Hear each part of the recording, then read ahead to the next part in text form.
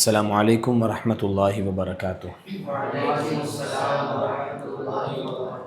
الحمد للہ رب العالمین والصلاة والسلام علی سید المرسلین وعلی آلہ واصحابہ وبارک وسلم۔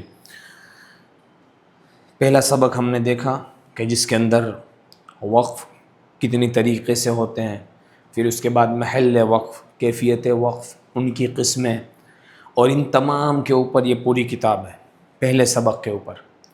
اسی پہلے سبق میں آپ نے دیکھا وقف، تو ایک وقف ہے رکنا، اور اسی کے اوپر پھر آپ کس انداز سے رکتے ہیں تو کیفیت، تو اس کیفیت کے حساب سے ان کی 4 قسمیں۔ اس میں سے پہلی قسم کیفیت وقف بلحاظ ادا، تو سب سے پہلی یہ قسم ہم دیکھیں گے، کیفیت وقف بلحاظ ادا۔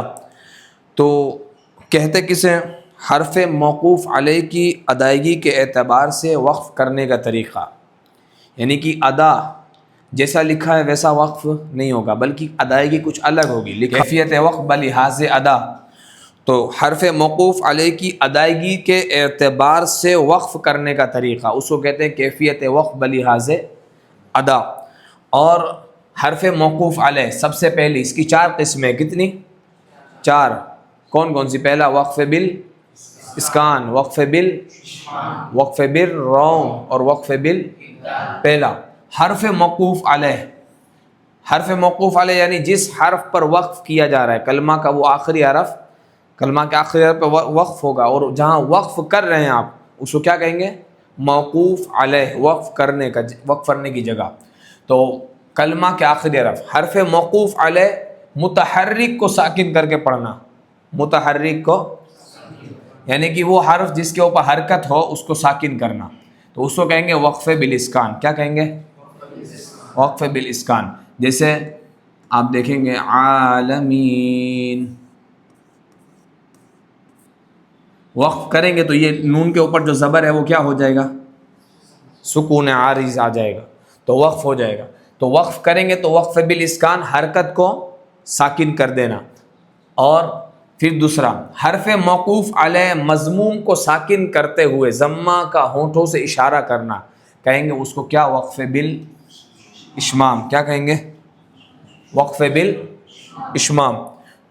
ساکن کرنا ہے، ضمہ ہو، ساکن کرنا ہے، ساکن کرتے ہوئے ہونٹوں سے پیش کی طرف اشارہ کریں گے۔ جیسے آپ دیکھیں گے نستعین،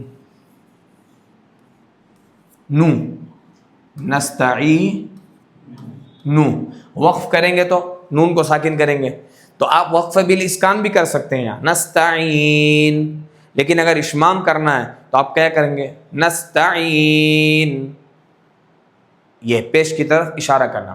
حرف موقوف علیہ کی حرکت، تیسری قسم وقف بالروم کی، کہ حرف موقوف علیہ کی حرکت یعنی جس حرف پر آپ وقف کر رہے ہیں اس کی حرکت کو اس قدر ضعیف اور ہلکا پڑھنا، پست آواز بھی اور ہلکا، ضعیف یعنی کہ پوری حرکت ادا نہیں ہونی چاہیے، آدھی تہائی حرکت ادا ہونی چاہیے، اور ہلکے سے پڑھنا کہ صرف قریب والا سن کر اس کی حرکت معلوم کر سکے کہ آپ نے زیر کا روم کیا ہے یا پھر پیش کا روم کیا ہے، یہ قریب والا سن کر اس کا پتہ لگا سکے۔ تو یہ ہے جیسے نستعین، یہ پیش ہے، پیش کی حالت میں بھی روم ہوگا، نستعین، ٹھیک ہے۔ اور حرف موقوف علیہ کے 2 زبر کو الف سے، 2 زبر کو الف سے، اور تائے مدورہ کو ہائے ساکینہ سے بدل کر پڑھنا، اس کو کہتے ہیں وقف بالابدال۔ کیا کہتے ہیں؟ وقف بالابدال۔ جیسے 2 زبر ہے تو عوجن، عوجن، وقف کریں گے تو کیا کریں گے؟ عوجا، 2 زبر تھا، جن تھا، کیا کر دیا؟ الف سے بدل دیا، عوجا۔ تائے مدورہ تو ہائے ساکینہ سے، جیسے رحمتن، کیا ہے؟ وقف کریں گے تو کیا ہو جائے گا؟ ہاں ساکن سے بدلنا، کہیں گے کیا اس کو؟ وقف بالابدال، بدلنا۔ یہ 2 جگہ پر بدلا جاتا ہے، 2 زبر کو الف سے بدلا جاتا ہے، بولتا ہو تو اس کو ہائے ساکینہ سے بدلا جاتا ہے۔ تو یہ وقف بلحاظ ادا کی 4 قسمیں، وقف بالاسکان، وقف بالاشمام اور وقف بالروم اور وقف بالابدال۔ اور یہ خیال رکھنا چاہیے کہ جب آپ نستعینو پڑھ رہے ہیں تو اس میں حرکت کی آواز نہیں آنی چاہیے۔ اگر حرکت کی آواز آئے گی تو بجائے اشمام کی کیا ہو جائے گا؟ اور روم ہو جائے گا۔ آپ وقف بالاسکان کر رہے ہیں، اس میں بھی حرکت کی آواز بالکل حرف ساکن ہو جانا چاہیے۔ اگر حرکت کی آواز آئی، زبر یا زیر یا پیش اگر پڑھا گیا تو وہ لحن خفی ہوگا، مکروہ ہے اس طریقے سے پڑھنا بھی۔ تو ساکن حرف کو بالکل مکمل ساکن کر کے پڑھنا چاہیے، حرکت کی ادائیگی، حرکت کی آواز نہیں آنی چاہیے۔ اور اشمام کیوں کیا جاتا ہے؟ تو اشمام کے اندر صرف یہ ہوتا ہے، غرض یہ ہوتی ہے کہ پیش کو دکھایا جائے، یعنی کہ سامنے والا یہ جان سکے کہ آپ نے جہاں وقف کیا ہے وہاں پیش تھا، بس اس لحاظ سے یہاں پر اشمام، یہ اشمام ایک وقف ہے اس لحاظ سے۔ آپ روم دیکھیں تو روم کیوں کیا جاتا ہے؟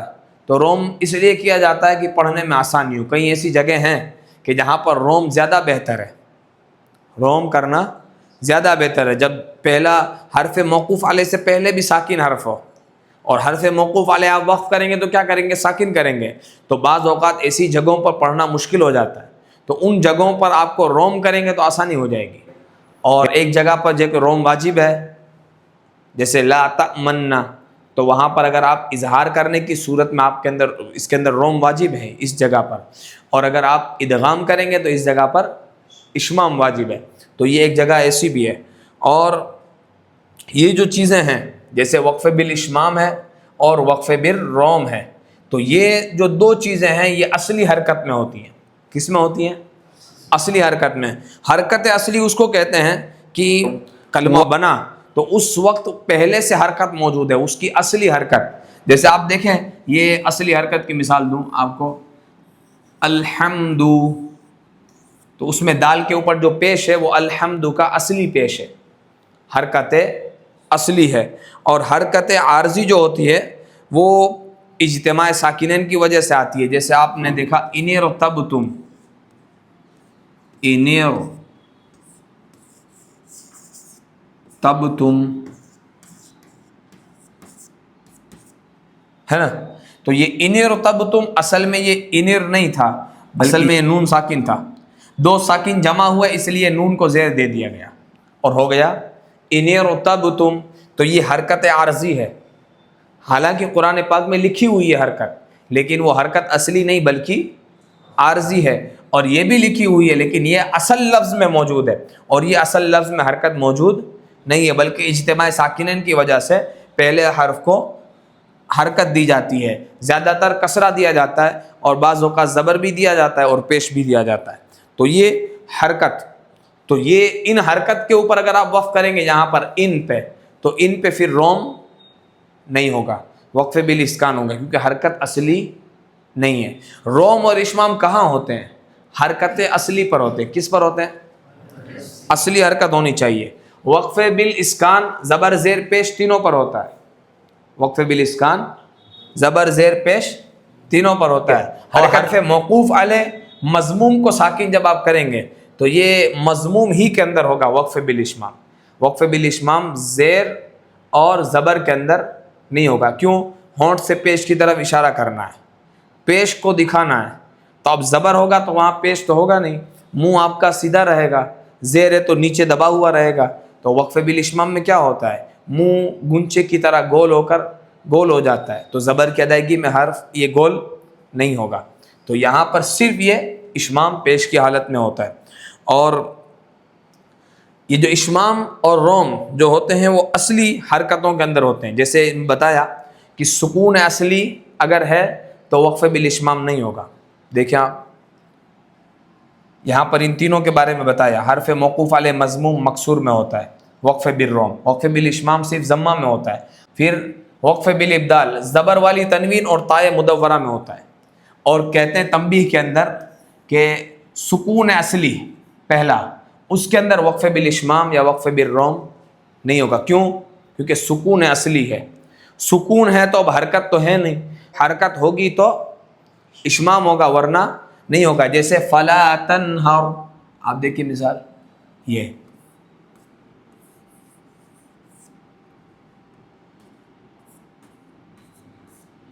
تنہر، آپ وقف کیجئے تنہر، بس یہی ہوگا۔ اور پھر آپ دیکھیں حرکت عارضی، اگر حرکت عارضی ہے اس پر وقف کیا جائے تو پھر کیا ہوگا؟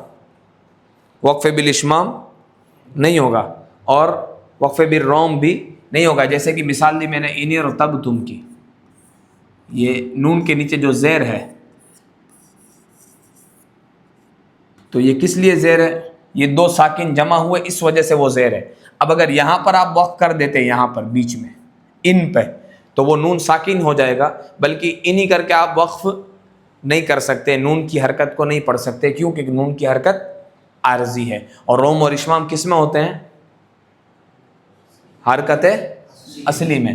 تیسرا، میم جمع، جو جمع کے لیے استعمال ہوتا ہے میم، تو اس کے اندر بھی یہ پیش دیا جاتا ہے میم جمع کے اوپر، جیسے علیہم الذلہ،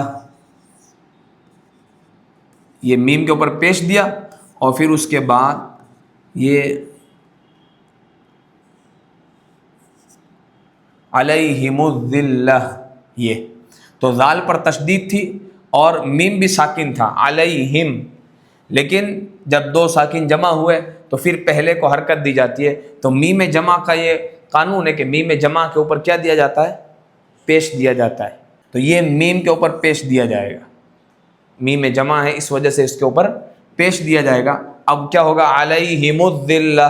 اگر آپ یہاں وقف کریں گے انعمت علیہم، جیسے آپ نے دیکھا ہے نا میم ساکن ہی ہوتا ہے، لیکن جہاں اجتماع ساکنین ہوتا ہے وہاں حرکت دی جاتی ہے، تو یہاں اجتماع ساکنین ہوا تو حرکت دی گئی۔ اب یہاں وقف کریں گے تو علیہم، اب کوئی کہے علیہم تو وہ غلط ہوگا، علیہم وہ بھی غلط ہوگا، روم بھی نہیں ہو سکتا، اشمام بھی نہیں ہو سکتا۔ پھر آپ دیکھیں ہائے تانیث، یعنی کہ گول تا تھا، آپ نے وقف کیا جیسے رحمت، اب وقف کیا تو کیا ہوگا؟ رحمہ، ہا ساکن ہو گیا۔ اب ہا ساکن ہو گیا تو اب حرکت تو ہے نہیں، حرکت ہوگی تو وقف ہوگا، ورنہ وقف بالاشمام اور وقف بالروم نہیں ہوگا۔ پھر اس کے بعد ہائے سکتہ، جو ہا ساکن ہے، جیسے اس میں مثال دیا ہے لم یتسنہ، یہ ہا پہلے سے ساکن ہے، لم یتسنہ، ٹھیک ہے؟ تو جب یہ ہا ساکن ہی ہے تو ساکن حرف کے اوپر نہیں ہوگا۔ آپ دیکھیں گے قرآن پاک میں بھی ساکن لکھا ہوا ہے لم یتسنہ، تو پھر اس کے بعد یہاں پر وقف بالاشمام نہیں ہوگا، وقف بالروم بھی نہیں ہوگا۔ کیوں؟ جائز نہیں ہے، اس وجہ سے کہ حرکت عارضی ہیں، حرکت نہیں ہے۔ اور روم اور اشمام کیوں ہوتا ہے؟ حرکت اصلی ہو تو اس اصلی کی ادائیگی کے لیے، اس کو باقی رکھنے کے لیے، اس کو ظاہر کرنے کے لیے روم اور اشمام کا استعمال کیا جاتا ہے۔ حرکت نہ ہو تو روم اور اشمام نہیں ہوتا۔ اور پھر روم زبر کی حالت میں نہیں ہوتا، زیر اور پیش میں ہوتا ہے، زبر میں روم نہیں ہوتا۔ کیوں؟ کیونکہ زبر پہلے سے ایک خفیف حرکت ہے، ضعیف حرکت ہے، اور روم کی ادائیگی کیا ہوتی ہے؟ ضعیف اور ہلکی ہوتی ہے۔ زبر پہلے سے ضعیف اور ہلکا ہے، اگر اس کو اور کیا جائے گا تو پھر وہ حذف ہو جائے گا، اس لیے روم زبر کی حالت میں نہیں بلکہ صرف زیر اور پیش کی حالت میں ہوتا ہے۔ یہ پہلا سبق کیفیت وقف بلحاظ ادا، جس کی 4 قسمیں اور ان 4 قسموں کا بیان آپ کے سامنے۔ اللہ تبارک و تعالی ہم سب کو صحیح طریقے سے پڑھنے کی، عمل کرنے کی توفیق عطا فرمائے۔ وما علینا الا البلاغ المبین۔ السلام علیکم ورحمۃ اللہ وبرکاتہ۔